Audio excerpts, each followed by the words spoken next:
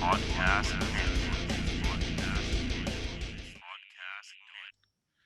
This is the Upper Tier, brought to you by the Dynamo Podcast Network, now available on YouTube and Spotify. Head over to YouTube and smash that subscribe button for all the latest content. And today, we're going to have a look at the Wolves, Chelsea versus Wolves preview, and also deep dive into the sacking of Frank Lampard and the hiring of Thomas Tuchel. And joining me today, only one man could go through this, and that is Ian Kelly. How are you, Ian? How's things? I'm all good, buddy. Yeah, I'm all good. I've got the little assistant coach here with me as well. Brilliant. The assistant gaffer, as we like to say. Yeah, I'm all good. Crazy few days. Great job on the show the other night with the two boys actually on the Lampard sacking. I just wasn't able to face the day on that particular that particular moment. I knew you'd need a few days. I needed to, yeah, just to articulate correctly. I mean, you've probably seen by the two lads, they were quite upset as well. We weren't sure how to, because there's a lot of emotion involved in it as well. And I needed a couple of days to kind of see what way the land lies, what comes out in the media. To be honest with you, at this stage, I don't really care what happened now. It's done. To be fair, when you look at Lampard's response and Jody Morris's kind of response as well, it looked like it was a fairly amicable, end to a relationship. And I don't think it's the end of Lampard's story at Chelsea anyway. That's certainly not going to be the case, I don't believe.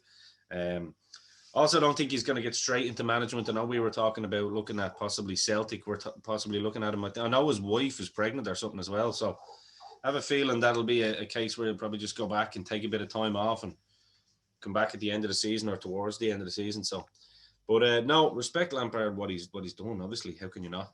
Done a decent job, but I do believe that looking at the last 8 games, there really was no. It didn't look like there was an identity or a clear way that this team would bounce back. Players, I suppose, if you're Roman Abramovich as well, of course he wants to protect his investments. If he's looking at a 70+ million pound young German midfielder that every major club in Europe wanted this year, and he's sitting on your bench and your manager doesn't really know where to put him, that's, do you know what I mean? That's not really good enough either. Same with Timo Werner. You know what I mean? It's all well and good giving Tammy the confidence and whatnot, but I mean, playing Timo Werner on the left wing or on the right wing sometimes just wasn't helping his cause. You know what I mean? How are you going to get a player out of a slump when you're not playing to his strength? So I think Lampard, a little bit, to be fair to me, looked like he may have been just a little bit out of his depth at this time. I think he's all the potential to be a great manager. But it was probably, and don't forget, he's had, I believe it was one of the worst records since Abramovich has been there, and he actually got more time than most managers would have. So I don't think the decision was taken lightly by Marina and the board and Roman. And to see Roman come out for the first time in history and actually speak about a manager leaving was incredible. Yeah, certainly. You'll notice today I'm wearing the blue hat out of solidarity. You know what I mean? Because Yeah, I like that. I'm a Liverpool fan. I ain't gonna wear blue too often. You know what I mean? But I said today I got the blue cap. I appreciate that. Yeah, no problem. Yeah, I think it's kind of like. I think it kind of started out as a romantic story, really, didn't it? When you think about it, and I think once things went a little bit skew-ways, if you look at the Everton game and you look at the Arsenal game, the romance kind of evaporated. And then we spoke before about Lampard. He was a lonely figure on the sideline. He was a man who looked like he was on his own, and needed a lot of support at that time because of the lack of experience and stuff like that. Yeah. But I would definitely agree with you. I think he will be back there again one day with a lot more experience and will make more of a success of it. And for the moment, it'd be no harm to take a bit of time out of the game. And as the lad said the other night, maybe do a bit of punditry, settle in if the wife is having a baby, get all that stuff done and dusted and stuff like that, especially during these difficult times of COVID and all. And, take a bit of time out of the game to reassess. I hope that the situation wouldn't leave a bad taste in his mouth, that he wouldn't fancy it again. I'm sure he will. He's a footballer man through and through. He's a Chelsea legend through and through. And I don't think, from my point of view, I'd be a fan of Frank Lampard, even though I'm a Liverpool fan. I don't know anyone who wouldn't be. Yeah, sure. I think it's no harm for him to, take a bit of time out of the game and reassess where he's at, and maybe take stock of how things went, and learn from that experience and bring it to the next position that he attains. Yeah. It's I don't think in any way. I mean, the risk with these things always is, does it tarnish your legacy? And I think with the way Roman has come out in the last day, given a statement about it and stuff like that, as you said, the first time he's ever really done that, I think it's a mark of respect to Frank Lampard and what he had done for the club, both as a manager, coach, and player. And we wish him well in the future, no matter what. We'll follow Frank Lampard no matter where he goes. But then I suppose, the dust settles, and as you said, you look at the stats, a low 50s in the percentages for win rates and stuff like that just doesn't cut the mustard at Chelsea. No. And certainly, presenting a situation where, as you said, you don't really have a plan or a pattern of play or a tactic, or you're not too sure about, how to fit players in, your loyalty to the youth that got you to the dance last season, all those kind of things. And trying to juggle all those things with little or no experience, I think became too much for him. And I think, to be honest, probably the sacking of him, I would think, has probably come as a bit of a relief to him, to be honest, because I think it was getting too much for him. And I think if it had went on much longer, then I think you're moving into that ground where, all the bad stuff comes out in terms of interviews and in terms of the media and stuff like that, and then that's when the legacy can potentially get tarnished. So, but there was a bit of talk about that as well, wasn't there? Over the last couple of games, he kind of, very unlike Frank out of character, he had a bit of a pop at some of the media guys that were writing stuff that wasn't too, which is fair enough sometimes, because sometimes these media lads do deserve a little bit of bite back. But I think what the key there is that, and to be fair, these journalists don't mind that anyway. They love writing that. But I suppose, to go to your point, and I suppose the point you're probably making, is that it was very out of character for Frank to actually allow that to bother him. Throwing some of the players under the bus at the Arsenal game as well. Yeah. Very out of character, and that's what started happening with Mourinho, if you remember the last time when he was in 10th. Yeah. That was the same thing, yeah. Yeah, I think once you go to the players, then you've got a real problem, because then, you're having a go off players, and then you're picking those players and expecting those players to have a go for you then on the Saturday or the Sunday or the midweek. And like, players are human just like anyone else, and if you have a go, it can either go one or two ways. Either they'll react and put on a performance, or they'll go, F you, I've had enough. You know what I mean? And that's the way it is. They're only human. But I suppose then, the dust settles on all this sort of thing. And I mean, talk to me about the fan base's reaction. I mean, you've had a split, you've quite a divide there in the fan base. A lot of people very upset over the decision. I seen lads the other day on social media referencing what they did with Di Matteo, and how they sacked Ancelotti in the tunnel and all these kind of things, and that they're just sick of the club's approach to these things, and they expected Lampard to get more support. But then, as we spoke the other night, the stats don't lie, and you live and die by your results. What you're thinking on that?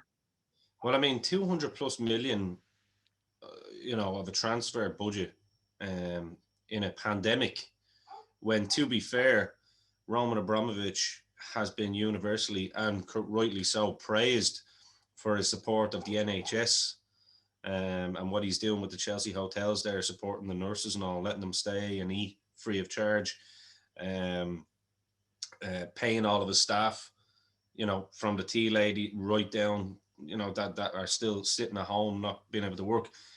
These are the stories that the British media don't tend to like to write, because A, he's Russian, and B, Theresa May, like an absolute moron, won't let him into the country because of the the whole political ridiculousness of the situation. So I think first and foremost, Abramovich should be praised for that. So in terms of support, I mean, he had his own coaching staff in there and Jody Morris. I love Jody Morris. I do think that they should have brought someone more senior in there with the two of them to give them a little bit of that leadership. I mean, I saw someone say, a suggestion, which I thought was a great suggestion. Why not bring Harry Redknapp in just as a liaison there? Because that's someone that won't step on Lampard's toes or Jody's toes. He's a family man, family friend, you know what I mean? And, Harry would have been happy to do that. I think that would have been a fairly good idea. And I think it's something that it could have been done early on. I think you made a good point to me the other night when I suggested that they bring someone in more senior, like a Hiddink or someone like that as a liaison. If they brought them in now, that's almost the club saying, well, you obviously aren't good enough, so we're bringing this guy in to. So essentially, you're giving them the dreaded vote of confidence, right? By doing that. So they had to stick by their guns. You can see the little monkey dog in the background here, just trying to get comfortable there. She's very frustrated at the Lampard situation, as you can see. So, yeah, I mean, I think in terms of support, he was definitely given support. I think he was given time. How much more time do you need? I mean, speaking of Harry Redknapp, I saw Harry Redknapp come out and say, you got to give the lad more time. And he goes, these two. And then in the same sentence, he comes out, and listen, I love Redknapp, but then old Uncle Harry comes out and goes, well, those two German boys you brought in, they just don't cut it in the Premier League. They're not able for it. And I'm like, well, Harry, it's only 16 games in. They haven't played all the games here. By the same token, you're writing these two young lads, world-class talents off, and you're telling us to give a manager that's had 18 months to give him more time. So which is it? You know what I mean? So in terms of, to go back to your question, after my long segue, but I had to get all that in, the fan base is divided. The Chelsea fan base is sometimes toxic, especially on social media. I don't believe the fans that are in the stadium, the real Chelsea fans, but the plastics, as they're like to be called, they've grown up in the Abramovich era and expect instant success. And I get the division, and I get being upset for Lampard leaving. I am one of them. You've seen me on this show here, after the Leicester game, and I almost saw the writing on the wall after that game. I think I said that. So I don't take any pleasure in it at all. But at the same time, we can support all our former players all we want. But first and foremost, you should be supporting your club, no matter what happens. You know what I mean? The club comes first. The team comes first. We've seen legends come and go. Liverpool has seen legends come and go. I liken it to that situation with Kenny Dalglish in his second stint when he came in. He got a lot of bad press for supporting Suarez during that time and whatnot. But at the same time, he done it, and the fans gathered around him when they had to make a tough decision to let Kenny Dalglish go. I'd say it was probably something similar to how the Chelsea fans feel, Niall. Yeah, I think you have to go with, no one's bigger than the badge at the end of the day, Yeah. What I mean? But I think to harp back to the point you made there, in terms of bringing someone in, I looked at it after we spoke about it the other night, and I was thinking, are they really only kicking the decision down the road to the summer in reality? You know what I mean? And then I was thinking, I listened to Redknapp talking about the two boys. He forgets one's only a kid. He's come in and he's had COVID and he's still recovering and could have long COVID. Who knows? Yeah. And the other lad that's there hasn't really had a proper chance because he hasn't played in his natural position. His strengths either, yeah. So, you have to really assess these things for what they are. And it's very easy to shoot the breeze on media out there to clickbait these things like crazy and go, oh yeah, those two German boys are an absolute failure. That's absolutely nonsense. They haven't really, you have not without a shadow of a doubt seen the best of Kai Havertz or Timo Werner by any stretch. No. And now I suppose we have to let the dust settle on this and we have to put it to bed now. The club made the decision. And it wasn't an easy decision for the club. There's no doubt about that. No. And you can see by, the statements that are coming out the last day or so. It was a very difficult decision for them to make. But they had the strength and to make it. And they knew they were going to get a backlash. Because I think in the fan base they probably thought with Lampard coming in, this is was going to be a changing of the way somewhat that we weren't going to like be trigger happy on managers. That Lampard was going to be given, I don't know, maybe 4 or 5 years, maybe to prove himself there or something like that, and that he would be supported on the way because he was a young manager, learning his trade. Um, but as we said before, you live and die by results and by success, and it doesn't matter whether you're a club legend or whether you're an outsider. I mean, this is the approach that they have taken for previous club legends. This is the approach they have taken for world-class managers in the past, no doubt about it. And, Ancelotti was probably the worst, really, wasn't it? I mean, people talk about tough decisions. I mean, Ancelotti getting sacked in the tunnel, I mean, that's ruthless. I mean, and after coming second, I mean, that was. I think for the real Chelsea fans, that was probably the toughest one of the Roman era because he was such a likable man as well. Still is. I think he could go to Glasgow Rangers and I still couldn't say a bad word about him, to be honest with you. He's that type of guy. Yeah. I suppose the last thing I'll just say on Lampard before we move on.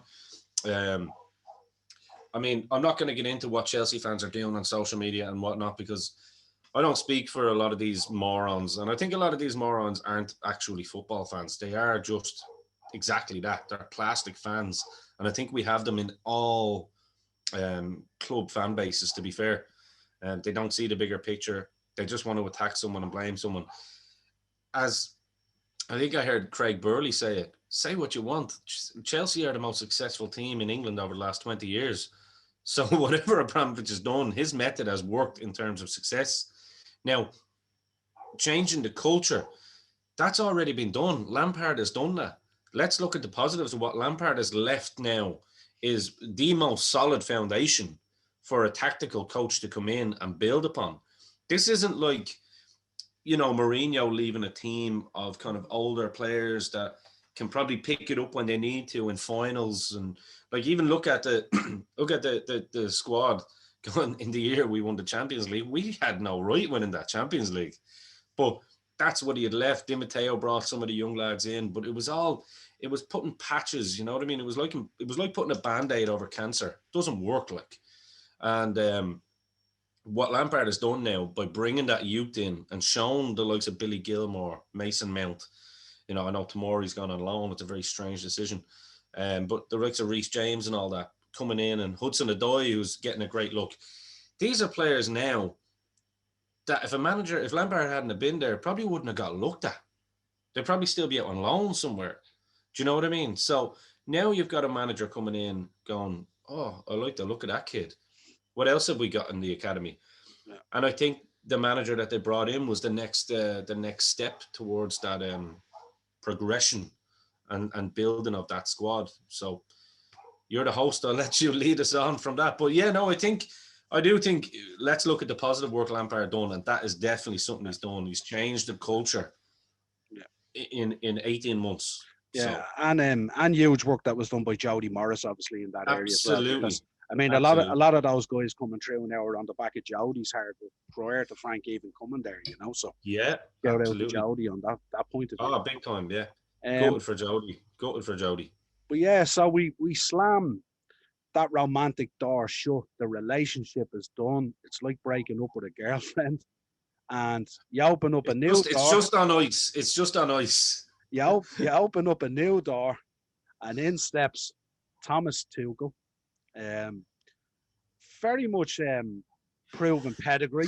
A lot of people would harp onto the fact that, okay, he lost the Champions League final there in the summer, but he lost it to the best team on the planet and only narrowly missed out. But you're looking at a man who's, managed players at the very highest level. This is a man who competed head-to-head with Bayern Munich in the Bundesliga. He's a man, okay, I mean, we talk about PSG. The French league is kind of a given when it comes to PSG. But again, This is a man who has consistently competed on the European level as well with PSG. So there's definitely pedigree there, and pedigree in terms of what we believe Chelsea might have been missing in terms of, not being tactically naive, in terms of, having a pattern of play, in terms of having multiple plans if things need to be changed, in terms of having an insight into the European market if players needed to be brought in. And I think He's managed two of the biggest stars in world football, Mbappe, Neymar, and by Absolutely. all accounts, they loved him. You know what I mean? So And has a relationship with Timo Werner and Kai Havertz with that connection, and also managed Pulisic at Dortmund, and uh, Thiago Silva, don't and forget. Thiago Silva at PSG. Yeah, So yeah. this is a man who's coming in who, like, probably won't need too much time to bed in. There's relationships there spread throughout the team. Um, so what you're thinking on his appointment, if we park the romance of Frank Lampard and it's done, let's suppose it was someone else who got fired by Chelsea and it wasn't that connection, and it's Tuchel that comes in. What you're thinking on this? Looking at it, you remember a couple of years ago before Lampard came in, you look at it and you'll remember he was the guy that I wanted in. Um, I like him. He's very similar to Klopp in his approach. They're very different. So I think his playing style is a bit more Guardiola. You know what I mean? He likes the kind of the high press, the same as Liverpool, but like just different styles. You know what I mean? Um, he's like a mix between Klopp and Guardiola in that kind of tactical style. That's not to say that he's won the trophies that they have won, but in terms of, I think they nickname him the Professor in Germany, don't they? I think that's what they call him because he's very, very look. He's German, so they're always going to be very astute and into their details. I think there was talk about Nagelsmann coming in and all these guys, and I was looking at Nagelsmann, 33 years old. Is that not just another Lampard or Villas-Boas type appointment? Too young, too soon, doing great things with Leipzig, and they look great for sure. But like you're looking at Tuchel and you go, right, he's managed some of the biggest players in the world here. Yeah, you're looking at Nagelsmann going, oh, he got the best out of Timo Werner, but come on, that's not the only reason you bring a manager in. I think you look at the style of Dortmund. I mean, he took off from Klopp, right? He took over from Klopp, and people thought everything was going to go downhill. He had them playing beautiful ball as well. So another big 6'5" giant of a German manager, just taking over. They just build them over there, don't they? Um, but perfect English, perfect French. I think he speaks Spanish. I think he's fluent in 4 or 5 languages. So in terms of getting in there with language barrier, it's not an issue. But managed superstars, got PSG. In fact, he took PSG further than any other manager has, and they've splashed probably more cash at the time. Um, so the right man at the right time. I think the 18-month contract makes sense for both parties with the option for an added year, because if by some horrible, unfortunate series of events, it just failed miserably. You're not paying a fortune out like you had the situation with Conte. Um, and he goes into next year then being able to bring in the players that he wants, kind of literally pick out the fine points in the squad at this point, because there doesn't need to be, you know, 200-300 million spent next year. You can look at getting that world class goalkeeper for the huge money if you want. You can start looking at the likes of Oblak and shifting off Kepa and bringing in that one world class centre back if you want, and kind of similar way that Liverpool have done. You know what I mean? Just getting those little pieces like Allison and Van Dijk and whatnot. So I think Thiago this year. I think that's what I'm looking forward to. I do like Tuchel as a coach. I think he was the best coach that was available. Realistically, you're going into the summer if you're looking to get anyone else, really, because managers during the time of COVID aren't really going to leave.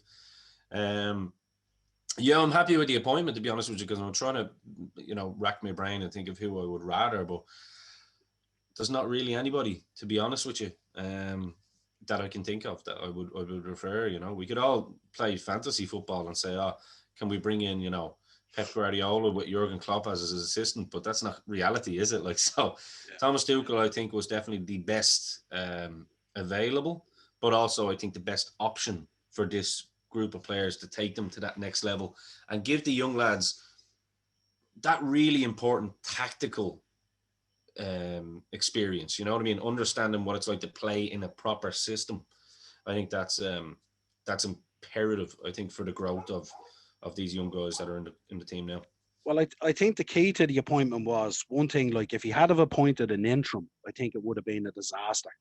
Yes, But what yes, I think Roman has done, which is very astute on the board, is they've appointed a top manager now with bags of experience, dealing with yeah, big players, dealing with big pressure moments, all that kind of thing. So now what Roman has indirectly done is he said, now, boys, you complained about your inexperience and we didn't have this and we didn't have that. Now you have your experience, and now it's up to you boys on the pitch to show us what you can do. So yeah. it's really Roman has gone out now and he's really challenged the squad now to deliver. And I think so. naturally Yeah, Tuchel takes the plaudits for it and stuff like that. You know what I mean? But yeah, yeah, I think what you're getting with Tuchel, very like Klopp, is you're going to get a manager that's very scientific and very analytic, and he's going to yes. look at every single position and every single performance, and he's going to pull that apart. And I think you're going to see a very different Chelsea football team. And it might take a couple of games to figure that out or whatever it is. You know what Sure, I mean? yeah, of But I course, mean, yeah. I think between the Wolves game tonight and, as you said, the game at the weekend, I think you're going to get a serious bounce in terms of performance. And I would hope tonight that you're going to get players playing in their positions. And I think he's astute enough to put that in place anyway. I think he knows already. I don't think the decision to appoint him was made in the last, 48 hours to 72 hours. I think this was coming. And I think many a conversation was probably had with him. And he's probably had a good look at that squad and the performances. And he knows exactly what he needs and wants to do. Um, and I think it's going to be a very interesting appointment, you know what I mean? Because you have, between himself and Klopp now and Hasselhoetel and these managers coming into the Prem now, you're getting a very high level of managerialship in there now and very Oh yeah, scientific. And you can see it in the football now that even the teams that generally don't be around the trophies or don't be around the European places, they're going to be really fighting for those places now. You got Leicester in there with Brendan Rodgers, who's a phenomenal manager now at this stage. You have yeah. Hasselhoetel in there. You know what I mean? You've got David Moyes, who has stepped up with West Ham, Klopp, Pep, Ollie, who's doing it now at United and making it happen. Shout out to Steve Bruce. Yes, well, you know what I mean. Steve Bruce looks like a man. Like if there was ever another man who was painting a very lonely figure, yeah, Steve Bruce is that man as well. You feel bad for him though, because he's a nice guy. Do you know what I mean? It's one of those things, but it's just I don't know whether he's ever been he's his championship manager, isn't he? You know what I mean? There's no place for nice guys managing in the Premiership. It's a waste of time. You know what I mean? You live and die by the sword in that league, No, but I agree with your point, yeah, because the Germans are all almost like the new wave of Spaniards that were when Pep was coming in, when they had the tiki-taka and Spain were the big thing. Now you can see the level of German football in the Bundesliga is phenomenal. And I mean, the level of talent it's like a conveyor belt of talent. And I think you're right. Very, very scientific, very analytical. Like most Germans are, to be fair. You know what I mean? And they bring that into their football now, and it's very exciting to see, yeah. And you think about Tuchel now coming in, I mean, he's kind of spoiled, if you like, in terms of the squad he has to pick from and deal with. There's absolutely phenomenal amount of youth in there that are really. Would you say overall, probably along with City, it's probably the best squad pound for pound? I think it is in terms of when you look at the whole squad and the bench, yeah, and even the periphery. Yeah. I mean, everyone knows the success of Chelsea's youth, and I mean, even putting players like Tomori out on loan and, Loftus-Cheek and players like that and all, you know what I mean? Look at the level of talent that even goes out on loan. Forget about what's in around the 23 or what's in around the 16 or 17 match day or whatever it is, you know what I mean? Like he has a phenomenal pool of talent there now to choose from and have a look at. And as you said, it's only a small tweak or maybe one or two signings or something, you know what I mean, away from being, absolute world class, I think. Yeah, it's a good point. I think so. I think it'll be a very good appointment. I think it'll be a very good appointment overall, even for the league, near alone for Chelsea, because it raises the profile of the league again, which is always a good thing. It'll also have a lot of that top German talent there at the moment performing in the Bundesliga, thinking, you know, might have a go at the Premiership now. It might be worth going over there. Tuchel's there, Klopp's there. You know, these managers are coming in. Maybe it's the place to go. You know, so you might see a good influx of that German talent coming in to, you know, really set the Premiership alight. Yeah. So then we move on, I suppose. Let's chat about, this is the baptism of fire he's in now. He's barely had a day or so. He's had one training session. In the evening, welcome. Yeah, yeah. Willkommen, squad. Yeah. This is a German manager. There's no time frame. There's 24 hours in a day, and every one of those hours is productive. Klopp does that too, right? Sometimes he does those evening sessions in the rain. Yeah. Can you do it on a rainy night in Stoke? Well, you're going to find out. We're going to find out. But let's talk. It's probably a good time to be facing Wolves. Sure. They're struggling with the loss of Raul Jimenez, and good luck to him in his recovery and stuff like that. But hopefully, want to see him back. Yeah. But they've been fantastic up till that point, and it's a shame he got injured because they were on a bit of a run. But it's probably a good time to play them now. We should see, an interesting lineup tonight. It'll be interesting to see his first 11 that he puts out there. So I'm anxious to see the team news when it comes out. Yeah, you and me both. Yeah. And this is really the beginning of the Tuchel era. He has all the tools, both from experience, both from squad, both from support. You will not get a more supporting owner in terms of financial clout and in terms of if you see stuff. The only concern I raise about Tuchel is when he doesn't tend to get what he wants, and it's not dissimilar to a lot of managers, he falls out heavily with the board. He fell out heavily with the board at Dortmund, and he fell out heavily with the board and Leonardo at PSG. Yeah. And that would be my only concern because, it could be very easy to fall out with the board at Chelsea. Yeah, I think that's the key. That is the key. Straight away, I think with Peter Cech in there as the kind of liaison between manager and, and Marina, let's be real, Marina is kind of the second in command and probably the toughest negotiator in world football. And one of the best at the same token. That's key for sure is getting that relationship off to a good start. I think, having the 18 months there is a good start because I can't see them falling out in the summer because there probably is only one or two things that he wants to tweak. You know what I mean? It's then the next season. Is he going to go down the Conte route? Now, I don't think he's as bad as Conte because Conte can be volatile. You know what I mean? He really wants to get in and scrap lads like in the boardroom. Yeah. I think Leonardo, in his situation, I think Leonardo is a bit of a. He seems to be a bit of an idiot anyway. To be fair, I see him still crying about the Thiago Silva thing, bitching about that. So he seems like a difficult guy to get along with anyway. So I kind of want to give him the benefit of the doubt. Falling out at Dortmund, you can probably. I heard one of the German pundits say that was a difficult situation was because he wanted Dortmund not to be this selling club and wanted them to compete with Bayern. So that's frustrations that you'd want from your manager, right? Because they want ambition. They want why are you selling Pulisic? Why are you selling, such and such? So, and seeing players like Hummels go to Bayern Munich, to their nearest rivals and stuff, you're like, why are we strengthening our rivals? So that's kind of that's something that I don't think will happen at Chelsea in the sense that he's not going to be losing his star players to Liverpool or Man City or Tottenham. So I'd hope that relationship will blossom. Here's hoping. We can only speculate. But yeah, that's the only concern I have as well. Is that it's a manager coming in and not afraid because he doesn't seem to fall out with the players. That's actually quite the opposite. He seems to have a really great relationship with his players. So that's good. Because usually when managers at Chelsea fall out with people, it's usually because of a player fallout or something like that. So, Well, Yeah, I'd agree. But I think if a lot of people remember the history there with Dortmund as well. I mean, Dortmund had a lot of financial issues back in those days, yeah, and they had to sell players to kind of stay yeah, afloat. You know what I mean? There was a number of times when Dortmund nearly went out of business, if you like.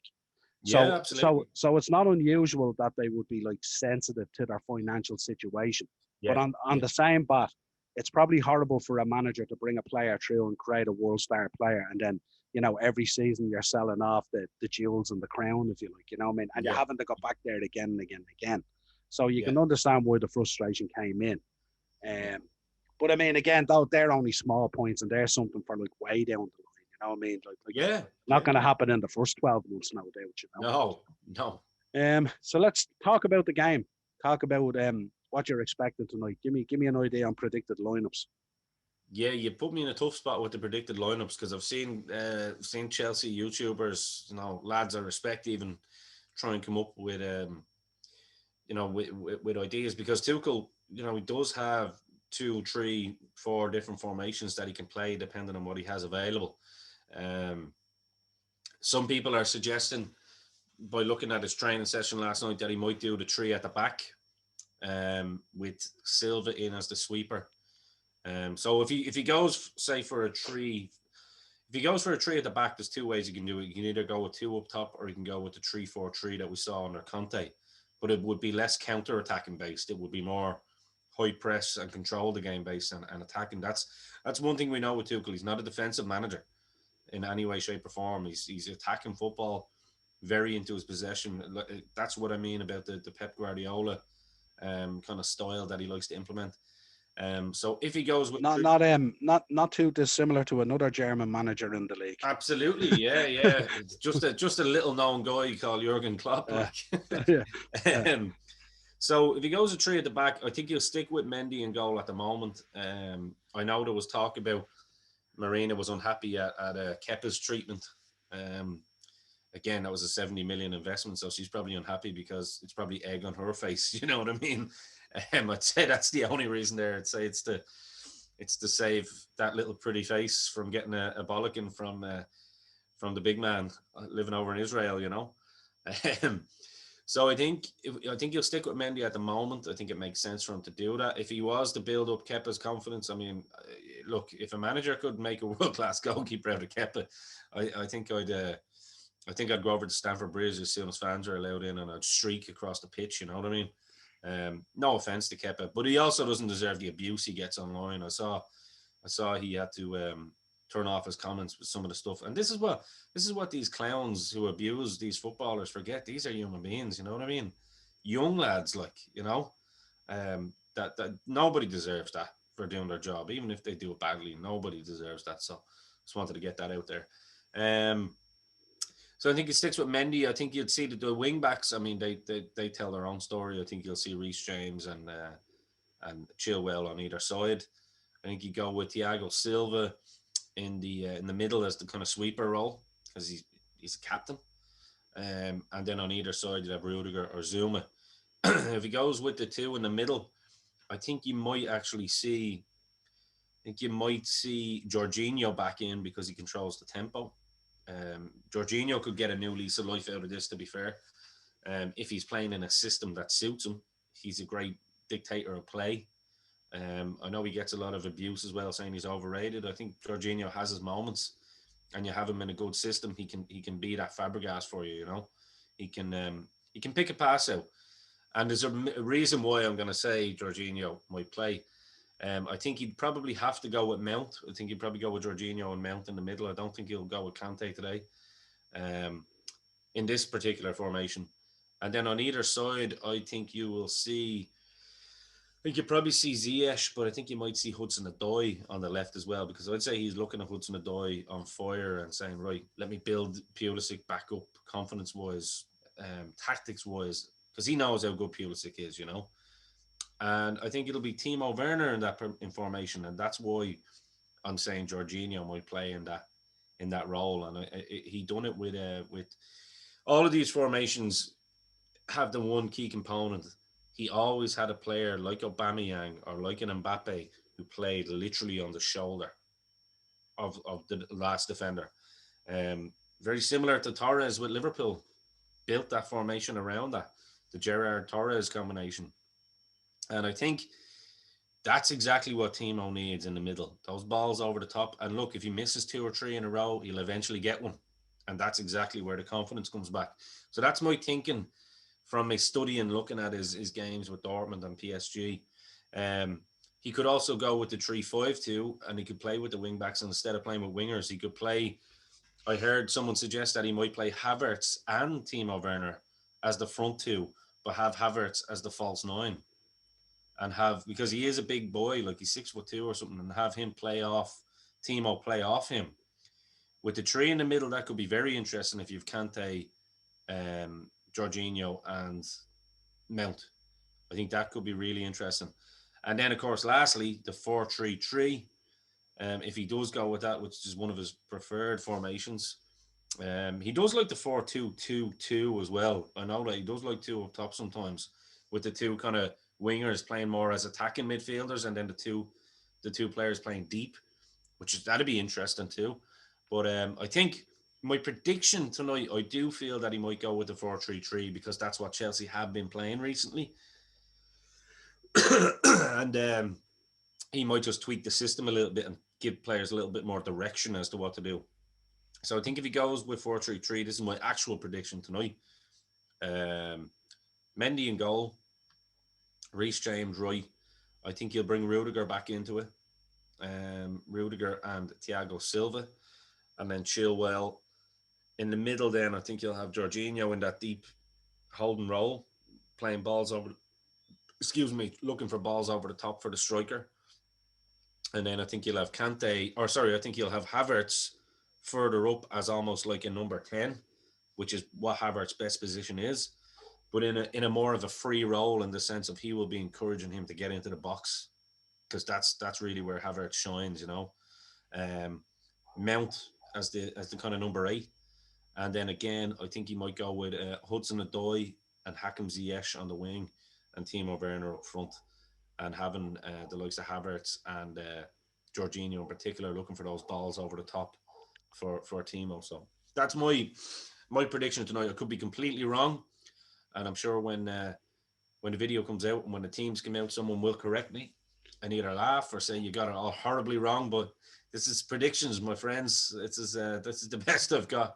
But in terms of, I don't know whether I kind of articulated what I've seen of Tuchel, as in the sense of what he's going to look for from them formations. You can probably add to that as well.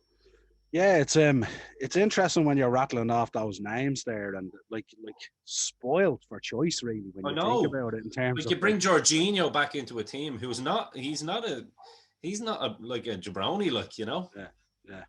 I'd be interested to see if Kante is included. I just think I think he probably want that little splatter of experience in there. And then I'm thinking, like, you know, is this a game where, you know, if you get a bit of a lead and you do click and you get a few goals, is this a game to, like, you know, throw Billy Gilmore in from the bench and get him in there and see what he's about and stuff like that and all? Maybe the first game is maybe not the game for it. Maybe we'll have another look. But I look back again at that third goal the other day in the FA Cup, and, like, he's unbelievable, Billy Gilmore. Unbelievable. 18. He's only turned 18, like, you know, he's just... Like that, you know, I heard him in an interview saying that, you know, he didn't like watching well, not that he didn't like watching them, but he didn't watch the likes of Ronaldo and Messi and all and want to be that. He looked at Xavi and Iniesta, and you can see that in his play. Do you know what I mean? Yeah.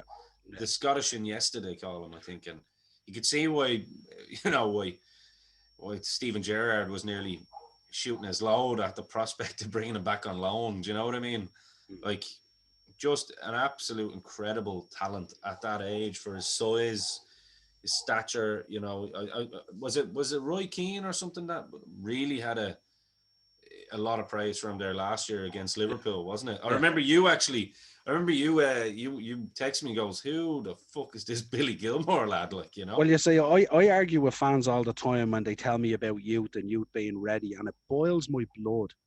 If you're strong enough and you're big enough and you're capable enough and you're skillful enough, you're old enough. And it's as simple as that. And if you're on the bench, you're old enough. Yeah, I mean, if you're in the squad, you're on the bench and you're there, you're old enough, and more of those guys should be given more chances. I believe. I hate this talk about players being too young or players, not quite Yeah, ready.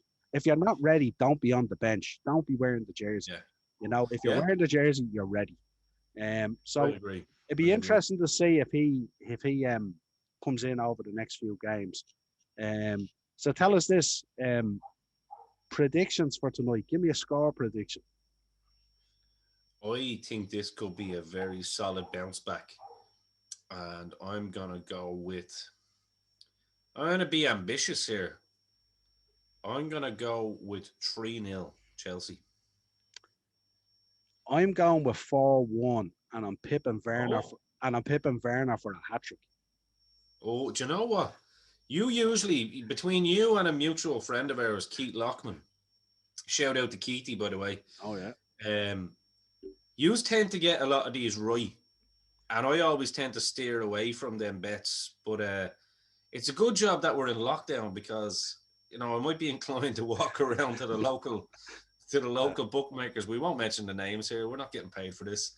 Yeah. um, and throw that bet on. I do think there'll be goals. I think that will be in a you probably disagree with me or agree here. Do you think because you're familiar with Klopp's style, and if he's pissed off, he brings them boys in at 6 o'clock in the dark in a January in the cold rains of Merseyside and says, "Right, we're having sessions tonight, and not the drinking sessions, my friends. No. Leave the Cadillacs in the car park because you're going to work." Do you think? And I'm sure that was probably a culture shock for a lot of players back then, was it? Absolutely. And, Yeah, and I'll tell you another thing. He's not beyond bringing them in either at 6 o'clock in the morning.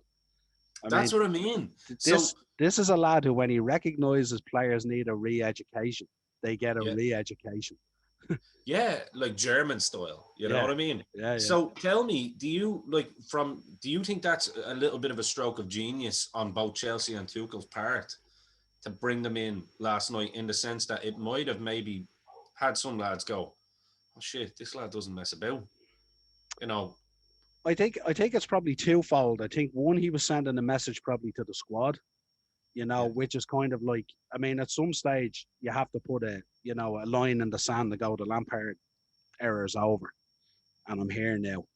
And then he's I also suppose, he's also got his staff in as well. So this yeah, isn't the way some managers come in solo and they work with what's already there. He's yeah, actually brought his boys in. Yeah, yeah. But I think also what it was needed was, he obviously needed to get in around the squad and pull it apart and see what he thought. And I'd imagine that training sure. session last night, not dissimilar to Klopp. If you notice the way Klopp does sessions, he's always standing from a distance. He's never in the middle of it. He's Yeah, always, there's not much talk, and there's a lot of looking and a lot of listening.